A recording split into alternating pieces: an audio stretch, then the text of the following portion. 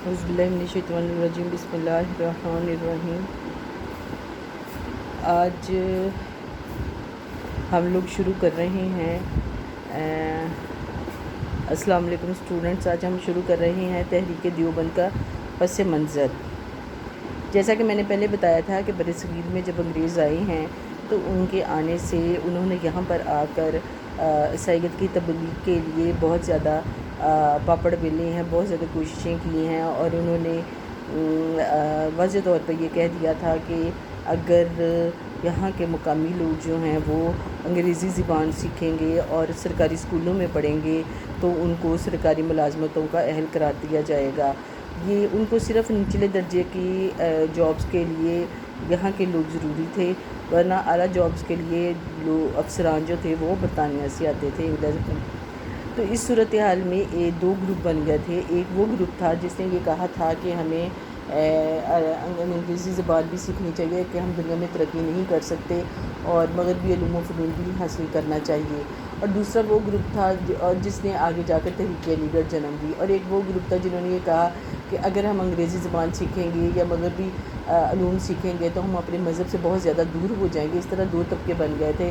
تو جو دوسری ٹائپ کے طبقے تھے کہ جنہوں نے یہ کہا تھا کہ اگر ہم انگریزی زبان سیکھیں گے یا مغربی علوم حاصل کریں گے تو ہم اپنے مذہب سے بہت زیادہ دور چلے جائیں گے، اس نے آگے جا کر تحریک دیوبند کو جنم لیا۔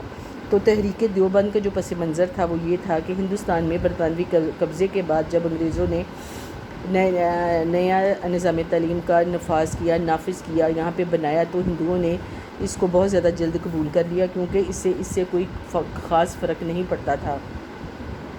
پہلے ان کا مفاد عربی اور فارسی زبان سے تھا، تو وہ اپنے مقاصد کے حصول کے لیے انہوں نے عربی اور فارسی زبان سیکھی۔ بعد میں انہوں نے اپنے مقاصد کے حصول کے لیے انگریزی تعلیم کو اپنانا شروع کر دیا۔ مسلمانوں کا معاملہ ان سے بہت زیادہ مختلف تھا۔ وہ نئی صورتحال کو ذہنی طور پر تسلیم کرنے کے لیے کسی طور بھی تیار نہیں تھے، کیونکہ وہ یہ سمجھتے تھے کہ ان کی تہذیبی اقدار اور علمی روایات ختم ہو جائیں گی، اور ان کو یہ خطرہ لاحق تھا کہ نیا تعلیمی نظام جو ہے مسلمانوں کو الحاد یعنی کہ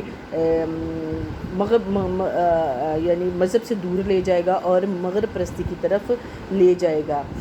تو وہ یہ خیال کرتے تھے کہ اس صورتحال میں دینی تعلیم کا تحفظ جو ہے وہ بہت زیادہ ضروری ہے، تاکہ مسلمان آئندہ نسلوں کی تعلیم و تربیت جو ہے وہ اسلامی خطوط پر اسلامی طور طریقے سے کر سکے۔ ان کو مغربی افکار اور بے دینی کی یلغار یعنی بچھاڑ سے مقابلے کے لیے تیار کیا جا سکے۔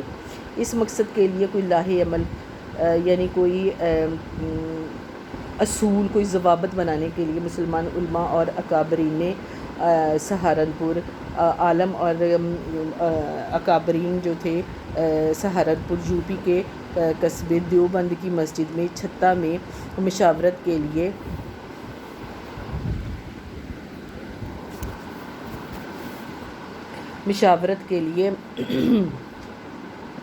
اکٹھے ہوئے، جہاں مولانا محمد قاسم نانوتوی اور ان کے ساتھی علماء قیام پذیر تھے۔ آخر انہوں نے یہ انڈر لائن کر لے 20 مئی 1866 کو مولانا نانوتوی نے سہارنپور کے قصبے دیوبند میں ایک مدرسے کا آغاز کیا، اور مولانا نانوتوی مولوی مملوک کے شاگرد تھے۔ یہ بھی انڈر لائن کریں، یعنی کہ 20 مئی 1866 کو سہارنپور کے قصبے میں دیوبند مدرسے کا آغاز کیا گیا، اور مولانا نانوتوی مولوی مملوک کے شاگرد تھے۔ یہ دونوں چیزیں انڈر لائن کر لیں۔ اس کے بعد آ گیا جو شاہ ولی اللہ کے تعلیمی مکتب فکر کے پروردہ تھے، یعنی ان کی مکتب فکر کے ماننے والے تھے، اور سید احمد شہید کی تحریک مجاہدین میں بھی شامل رہے تھے۔ یہ انڈر لائن کر لیں ساری چیزیں۔ اس طرح تحریک دیوبند شاہ ولی اللہ کے نظریات ہی کا ایک تسلسل تھی۔ دارالعلوم کے پہلے سربراہ جو تھے مولانا محمد یعقوب نانوتوی، اور اولین شاگرد جو تھے وہ مولانا محمود الحسن تھے۔ یہ دونوں چیزیں جو تھی وہ انڈر لائن کر لیں۔ پہلے 9 سال تک مدرسہ جو تھا وہ اپنی بالکل ابتدائی حالت میں رہا، اور 1876 میں نئی تعمیرات کے لیے آہستہ آہستہ ایک بڑے دارالعلوم اور علمی مرکز میں تبدیل ہوا۔ دارالعلوم حکومت سے مکمل لاتعلقی کی بنیاد پر اور بنیادی اصولوں پر قائم ہوا، یعنی حکومت سے بالکل ان کی لا تعلقی تھی، کسی قسم کا کوئی تعلق نہ تھا ان کا گورنمنٹ کے ساتھ۔ اور بانی دیوبند نے اس کی بے سر و سامانی کا توکل اور رجوع اللہ کا سبب قرار دیا، یعنی دیوبند کے بانیوں نے اس بے سر و سامانی کے عالم میں، یعنی کوئی پراپر چیز نہیں تھی اور کسی قسم کا کوئی بے سر و سامانی ہونا، بری حالت میں ہونا، اور اللہ تعالیٰ کی توکل پر اور اللہ تعالیٰ کو رجوع کرتے ہوئے اس کا سبب قرار دیا۔ مستقل ذریعہ آمدنی نہ ہونے کی وجہ سے عام مسلمانوں سے رابطہ کیا گیا، جس سے دارالعلوم کا تعارف جو تھا وہ دور دور تک پھیل گیا اور اس کے ہمدردوں اور شاگردوں میں بیرون ملک تک اضافہ ہو گیا۔ یہ تو ہو گیا اس کا پس منظر۔ اب آ گیا اس کا اسباب، اس کے کیا تھے، یعنی تحریک دیوبند کے کیا اسباب تھے جس کی وجہ سے تحریک دیوبند جو تھے وہ بنی۔ مندرجہ ذیل اسباب تحریک دیوبند کے شروع کرنے کا محرک تھے، سبب تھے۔ پہلا آ گیا اسلام کا احیاء۔ برصغیر میں مسلمانوں کی دینی اور معاشرتی زندگی کی اصلاح، بدعات کے خاتمے، یعنی وہ چیز، یعنی شرک جو ہے ہمارے ہاں جن چیزوں کو شرک سمجھا جاتا ہے اس کے خاتمے اور اصلاح اخلاق کے لیے مختلف قسم کی تحریکیں جو تھیں وہ برپا ہوئیں۔ ان کا بنیادی مقصد جو تھا وہ دین کا احیاء تھا، اسلام اور اسلامی علوم کی اشاعت و تحفظ کا جذبہ تھا۔ اس لیے انہوں نے اپنا الگ نصاب بھی مرتب کیا جو وقت کے تقاضوں کے مطابق تھا، اور دیوبند بھی ایک ایسی ہی تحریک تھی۔